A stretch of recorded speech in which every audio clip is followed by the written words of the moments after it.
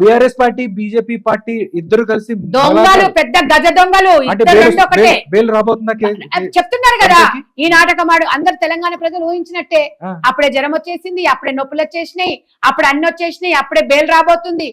ఢిల్లీకి బావ ఢిల్లీకి తిరుగుతున్నాడు, చెల్లెని వాళ్ళు ఏడుస్తుంది, ఈవెన్ తీసుకుపోయి డ్రామాలండి. డ్రామా కంపెనీ కల్వకుంట్ల ఫ్యామిలీ అంటే ఇలా ఎవరు అనుభవించాలి, అందరూ అనుభవించాలి. తెలంగాణ ప్రజలను, రైతుల ఆత్మహత్యలు చేసుకుంటే బట్టి మీకు ఉండదు. ఇలా విద్యార్థుల ఆత్మహత్యలు చేసుకుంటే మీకు ఉండదు. విద్యార్థుల ఉసురు తీసుకుని సిగ్గు లేకుండా మళ్ళీ మీరు ఇలా ధర్నాలు చేపిస్తున్నారు, పిల్లలు రెచ్చగొడుతున్నారు. నేను మొన్న చూసింది కదండి డిఎస్సి నోటిఫికేషన్ అని, ఉద్యోగాల గురించి. చెప్పండి. నేను అడుగుతున్నానండి, నేను కూడా అదే అడుగుతున్నాను. ఎవరైతే నిరుద్యోగులు ఎవరైతే ఉన్నారో ఉస్మానియా యూనివర్సిటీలో చదువుకుంటే నిరుద్యోగుల్ని పోలీసుల చేత కొట్టిస్తున్నారు. కనీసం మాట్లాడితే మీరు మాట్లాడే అర్హత లేదు, ఇక్కడి నుంచి దొబ్బేయండి అని ఉస్మానియా యూనివర్సిటీలో అందరినీ పరిగెత్తించి కొట్టే పరిస్థితి ఇది ఆంధ్ర పాలకులు చేసినప్పుడు కూడా ఇలాంటి. నేను ఒక్కటే రాధా గారు నేను ఈ వేదిక ద్వారా చెప్తున్నా, నిజంగా చదువుకున్న వ్యక్తి, నిరుద్యోగ వ్యక్తి అక్కడ నిజంగా ఉన్నదా ఒక్కసారి మీరు బయటకు తీయండి. మేమే ఉద్యోగాలు ఇస్తామని చెప్పినాము, వాళ్ళని కొట్టేయాల్సిన అవసరం ఏముంది? నేను ఒకటి అడుగుతున్నా, ఇలా తెలంగాణ బీఆర్ఎస్ పార్టీ ప్రశ్నిస్తుంది అన్నారు కదా, ఇదే దానం నాగేందర్ తెలంగాణ ఉద్యమ సమయంలోనో బీఆర్ఎస్ నాయకులను ఉరికించి కొట్టిండ్రు. సిగ్గు లేకుండా మీరు తీసుకొని ఎందుకు మీ పార్టీలోకి తీసుకున్నారు? ఇదే హనుమంతరావు ఉండి ఆయన ఎందుకు తీసుకున్నారు? మీరు ఈ రకంగా ఎంతో మంది మీరు ఉరికిచ్చి తెలంగాణ ఉద్యమ నాయకులు, ఇదే తలసాని శ్రీనివాస్ యాదవ్ ఇదే మరి ఈ రోజు బీఆర్ఎస్ పార్టీలో ఉన్నాడు, ఉరికిచ్చి కొట్టినాడు.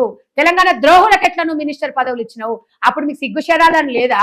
ఇలా కాంగ్రెస్ పార్టీని భూతద్దంలో పెట్టి ఉద్యోగాల గురించి పిల్లల్ని మీరేదో పిల్లల్ని ముందుకు 100% గతంలో ఏ రకంగా అయితే శవాల మీద పేలాలు ఏరుకొని ఎట్లా తిన్నదో, నిజంగా చదువుకున్న వ్యక్తులు అలాంటి పనులు చేయరండి. వాళ్ళకి తెలుసు కాంగ్రెస్ పార్టీ వచ్చిందంటే డెఫినెట్ గా మనకి వెనక ముందు వస్తుంటాయి అని తెలుసు.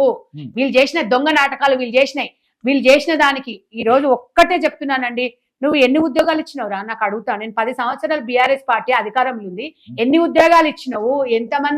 ఎంతమంది మీ మూలంగా ఎంతమందికి రైతు బంధు ఇచ్చినావు? ఎంతమందికి రుణమాఫీ చేసినావు?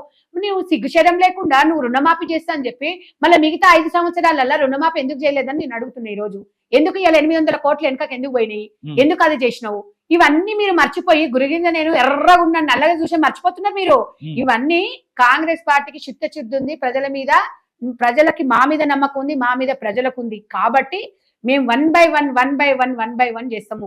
అన్నం పెట్టే చెయ్యి అంటేనే ఇలా కాంగ్రెస్ పార్టీ అంటేనే అస్తం పార్టీ. కాబట్టి రాధా గారు ఎవరో రెచ్చగొడితే ఎవరో చేస్తా అంటే నేను ఒకటే చెప్తున్నా, ఆకాశం మీద చూస్తే మన మీదనే పడుతుంది. ఇలా కల్వకుంట్ల ఫ్యామిలీ భూస్థాపితం అయ్యే రోజు దగ్గరకు వచ్చింది.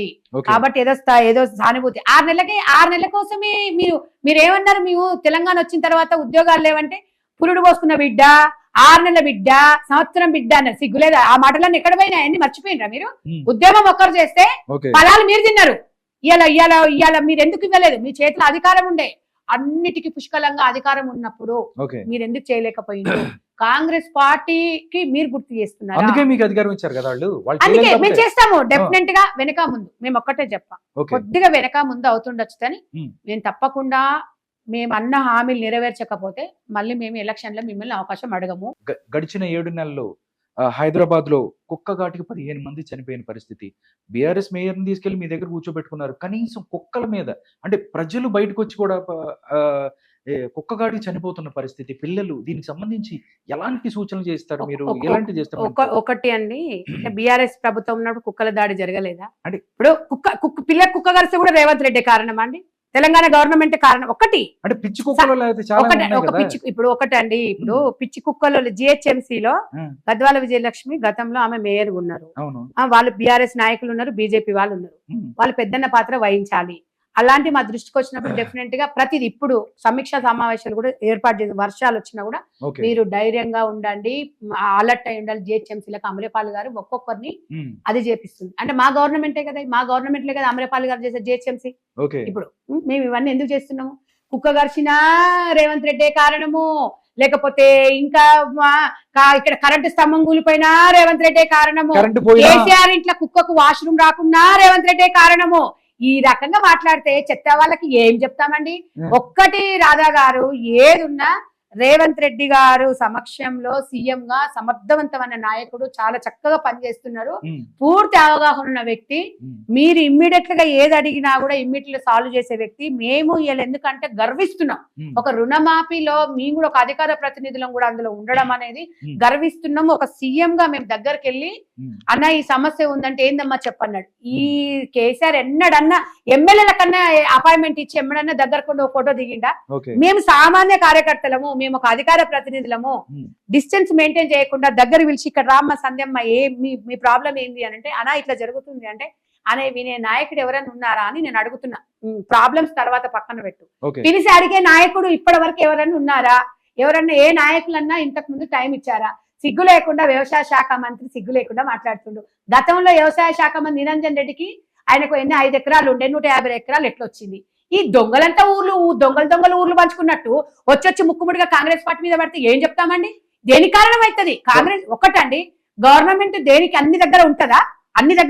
మీరు దృష్టికి తీసుకురండి, పరిష్కరించకపోతే చెప్పండి. కుక్కల పెడదా కాదు చెప్తున్నాను కదా. లాస్ట్ కు ఏది జరిగినా కూడా గవర్నమెంట్ వచ్చి 6 నెలలు అయింది, కనీసం చూసుకుంటే విద్యాశాఖ మంత్రి లేడు, హోమ్ మినిస్టర్ లేరు, క్రైమ్ పెరిగిపోతుంది, దాడులు జరుగుతున్నాయి.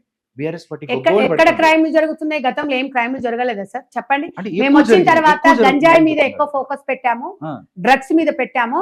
విద్యాశాఖ చాలా చురుకుగా పనిచేస్తుంది. గతంలో ఇప్పుడు అమ్మ ఆదర్శ పాఠశాల ఏర్పాటు చేసినాం. విద్యాశాఖ మంత్రి లేకుండా ప్రతి నిత్యం ఉన్నాం. విద్యాశాఖ శాఖలు కూడా ఏర్పాటు చేస్తున్నాం.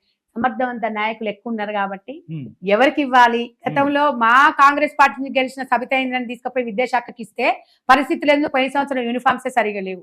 మేము ఇలా జూన్ 12 తారీఖు స్కూల్ ఓపెన్ చేసే వరకు యూనిఫామ్స్ వచ్చినాయి. అమ్మ ఆదర్శ పాఠశాలలు టీచర్ల మీద టీచర్లు అక్కడ బస్తీ వాసులు కరెక్ట్ గా పనిచేయాలి. ఇద్దరు అమ్మ ఆదర్శ పాఠశాల ఓపెన్ చేసి అకౌంట్ కూడా జాయింట్ ఓపెన్ చేశారు. అన్ని ప్రతి ఒక్కటి మెరుగుపడుతున్నాయి. ఇలా రేవంత్ రెడ్డి గారు గవర్నమెంట్ స్కూల్ అని చదువుకున్నారు, మేమందరం గవర్నమెంట్ స్కూల్లోనే. మాకు ప్రైవేట్ స్కూల్ ఎక్కడ? ఇంతకు ముందు నో అడ్మిషన్స్ అని చెప్పి గవర్నమెంట్ స్కూల్ ఎక్కడ బోర్డు కనబడిందా చెప్పండి? ఇప్పుడు చూడండి ఎక్కడన్నా అడ్మిషన్స్ ఉన్నాయి ఏ స్కూళ్ళలో అడగండి. చుట్టుపక్కల చాలా ఇక్కడ మోతీ నగర్ ఇవన్నీ, మధురా నగర్ ఇవన్నీ, బోరబండ ఏరియాలలో సాయిబాబా ఇవన్నీ ఉన్నాయి. మీరు వెళ్ళి చూడండి సార్. మేము వచ్చిన తర్వాత కాంగ్రెస్ చూడండి, ఇంకొక 1 year చూడండి అసలు ఎలా ఉంటుందో కాంగ్రెస్. తెలంగాణని మొత్తం మార్చేస్తాము. తెలంగాణ ప్రజల కోసం ఈ రోజు పనిచేస్తుంది కాంగ్రెస్ పార్టీ.